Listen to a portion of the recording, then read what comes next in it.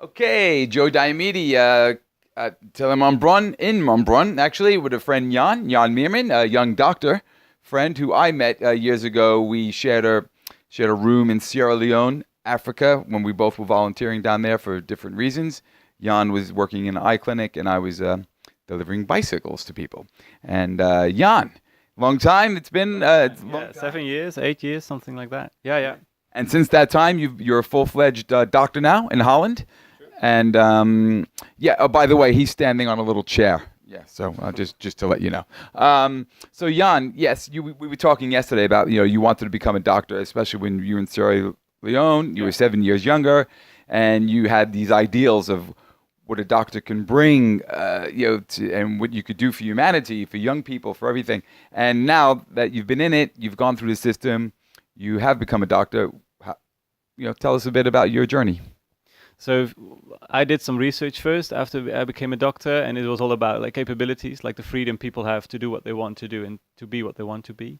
And that was more or less my most important I really wanted to bring that as well to the medical world. So that is my research background, which I also adapted in Sierra Leone. But afterwards I became a doctor, and I'm like for 1 year now more or less in child and youth psychiatry, which is like I'm working on a clinic and see like 10 youngsters from 5, 6, 7 till 18, and they have like many psychiatric disabilities, more or less. You can put that. So we put the labels on and try to manage more or less the whole system around the child, and that takes that is what I'm doing now, more or less.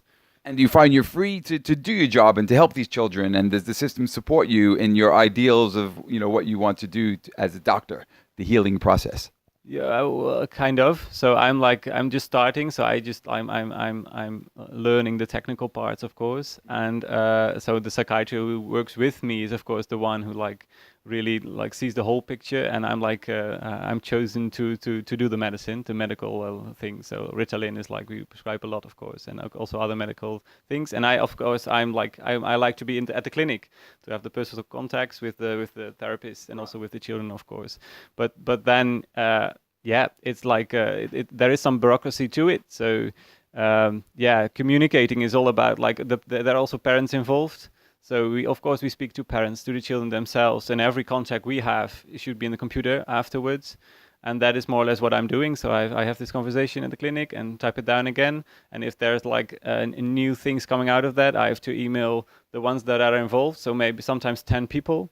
And then, if I'm prescribing a paracetamol, for example, there are like more or less 7 steps, like faxing to the apotheke. What's it in English?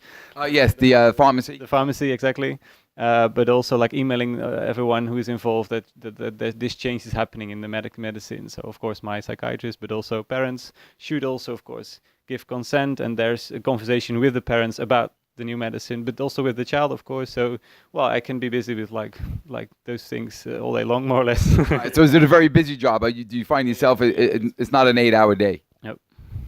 No, definitely not. And any frustrations in the field? Do you feel that bureaucracy and many of these things hold you back? Because we were talking yesterday about, the frustration sometimes you find in many occupations. How about yours? I guess so. Like psychiatry is more or less. I'll become a psychiatrist next year, and the most like one of the challenges that like the psychiatry is like the specialization in medicine that goes along with the most like computer hours.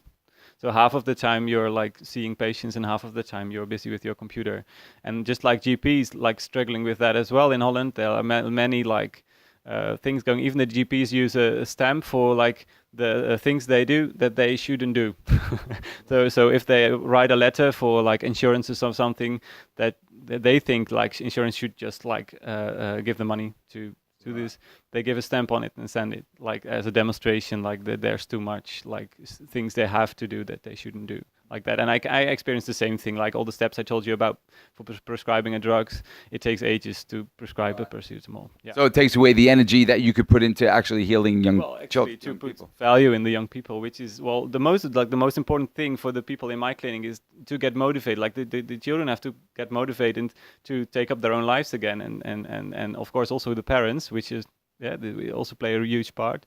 But that's where you have to put your energy in, and that is not always what I'm doing now. So that's my most of the time. That's my daily frustration. Right. Okay. Yes. Yeah. And interesting. You're talking about the computer. And yesterday so those are the nuts and bolts about it. Now you said in the clinic you see a lot of children with problems, and people talk about drugs and they talk about all these other things. Whatever, bad parenting at home or broken households. But we also spoke, interestingly enough, about this pin on my chest. Yeah. And one of the biggest problems with youth today is technology. Yeah. Well, what we see now in the last couple of weeks, we had some talks about it as well. That in the clinic you are allowed actually to do whatever you want. If your parents allow you to be on your mobile phone all day, you can more or less. But you have to make arrangements with like the therapists that are at the clinic. But you're allowed to like use it. And what we don't know, like I told you about that, is that of course you want to. People have a low. How do you say that? Self-build is like self-esteem. Yeah, it's very low because they had a lot of negative experiences in their childhood. And a part of that is also negative experiences on your mobile phone, like your identity, like your social identity, like your media identity, plays a large role now, and we sometimes forget that.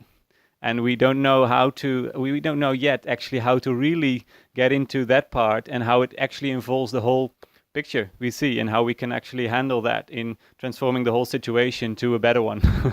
Yes. It plays a large role, and we do not really know what the right questions are to ask and how to actually involve that whole part into improving self-identity, self-esteem, and experiencing life's real values, which are probably most not into like in the social media, but somewhere else. Yes. Well, the interesting thing we spoke about yesterday when we were talking about the technology was that, if someone has a drug problem, you know how to treat it. If they're doing cocaine or shooting heroin or if it's child abuse or if it's sexual abuse or whatever it is, more or less there are guidelines. But with mobile technology, it's so multifaceted. It's really obsessive. Like it's so you just take it and it's like all day long, and the people in the clinic don't do anything all day long. So the first thing you'll do is like, okay, let's get my phone, and see what others think of me, and it just music, everything is on there. But I was saying that what we more to the point was like what we spoke about yesterday, that you don't know how to treat, because you don't know if it's bullying coming from the mobile phone, or is it an addiction, or is it, so there's no like, okay, mobile phone causes this. It just causes so many dysfunctional problems. Involved in your whole identity system. Yeah. So it's exactly. It's hard to get there. If you have an alcohol addiction, okay, this is like the way you cope with your daily problems, just like any other addiction, more or less. Like, addiction is big, and mobile phones are on all these areas, games, but all that serious gaming on your telephone, but also WhatsApp, social, like having a relationship with someone from Japan, which you've never seen, but you're already in a relationship for 3 or 4 years. Okay, so how healthy is that? We don't know. Maybe it's healthy, maybe not. But how does it influence your problems right now? Because you want to die now. Why? Well. And it's accepted. And the problem is with, unlike alcoholism and abuse in any way, it's not really accepted by society. Whereas mobile technology, you're accepted and almost pushed into it. Sure.